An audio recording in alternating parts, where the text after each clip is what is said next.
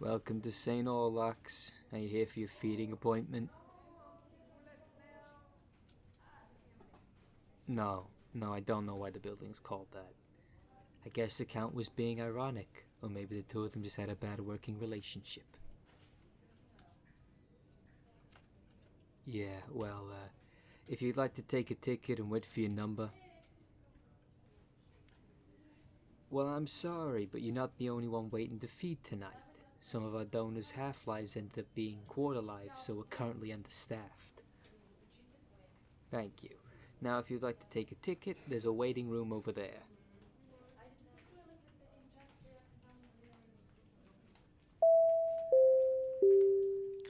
Number 34, your donator is waiting in room 2. There's number 34 to room 2.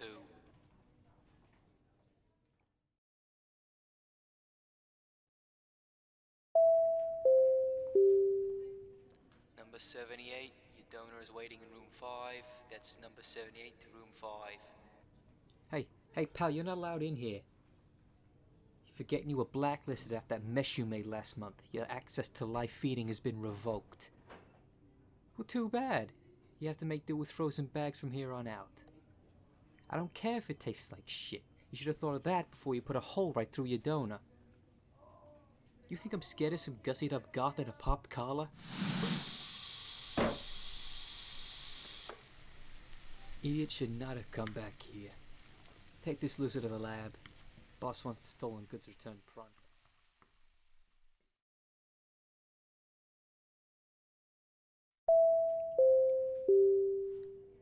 Number 101, your donor is waiting in room 4. That's number 101 to room 4. Psst, hey, Nebula, that's you.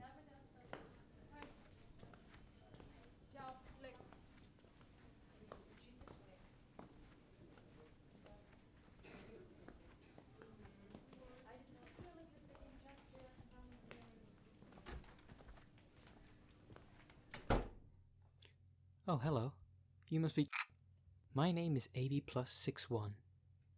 I'll be your donor this evening. Yes, 6-1. At least that's what the alchemist tattooed on me. Or is it red 1-9? I forget which way I'm supposed to read this. You seem confused.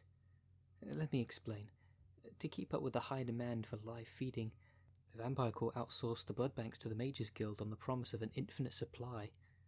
And so, in turn, the task was delegated to the alchemists, who then created homunculi, like me.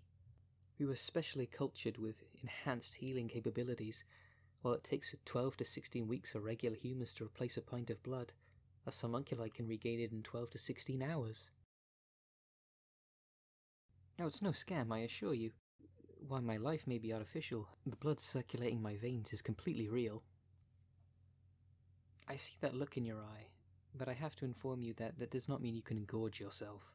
We run a tight ship in this organization. While I may regain blood cells faster than the average human, it still takes half of a day to undo the damage done by one feeding, and I have to see 3 vampires a day. And while you may be the last vampire I see today, I will still need the next 12 hours to be fully healed up for tomorrow. Well, in any case, if my plea for moderation does not reach you, it's only fair to mention that I am currently hooked up to a heart monitor that is in turn hooked up to the sprinklers in this room. If my heart rate were to drop below a certain BPM, the fire sprinklers would go off and you'll be showered in 15 gallons of holy water. So if you have no respect for my bodily autonomy, perhaps you at least have respect for the janitor who has better things to do than mop you off the floor. Thank you for seeing reason. Seeing as how it is your first time, there will be certain ground rules that need to be laid out. 1. You will only take 1 pint of blood and nothing more. 2. Wrists only. Neck bites are strictly prohibited except for special exceptions. And 3. No tongue. Great. Now I must warn you, seeing as how you were my last appointment for today, I've already lost quite a lot of blood. So as you drink, I might start to get a bit loopy.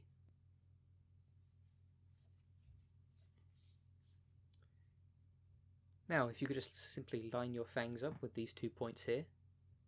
Whenever you're ready, you may bite down. And do not worry about sedatives or anything. My brain is hardwired to release dopamine in response to pain.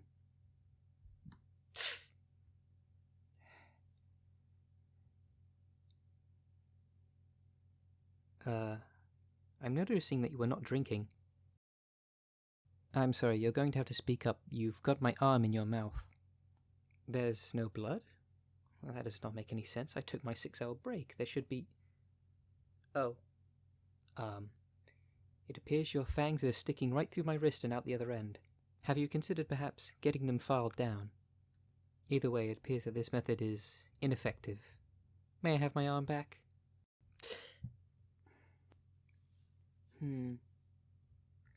No, I'm afraid I cannot drip feed you. The holes have already healed over. However, looking at your fangs, it's apparent to me that biting anywhere on the forearm will prove ineffective. My only resolve is to have you bite further up. I am sorry, but this does not mean you'll get a neck bite.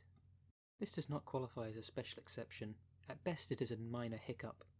So, wherever I deem most suitable for you to bite me will remain below the shoulder.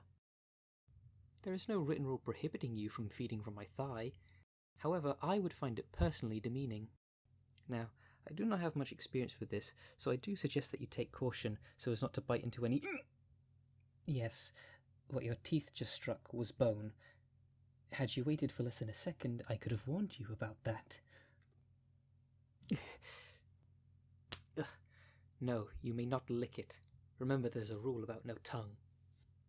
Yes, you being new to this was pretty obvious to me from the start, but if you take a moment, I can help you line it up so you'll actually hit a vein this time. There, just above the elbow. Place your fangs right on this point here, and now if you bite down, you should be fine. You can trust me on this. I can tell by your eagerness that it's been a while since your last feeding. I will say, despite being pretty green, at least you had the patience to come here rather than feed on some random civilian. More seasoned vampires like to ration out their blood over the month. However, newer sires have difficulty pacing their consumption. Hey, I said no tongue! This leads to them drinking their fill in one go. They end up burning through their stamina and finding themselves in a severely weakened state once the time comes to feed again. It's why last-minute feeding is the #1 cause of vampire fatalities. So if you tried it, you'd probably be dead. Oh, you finished already?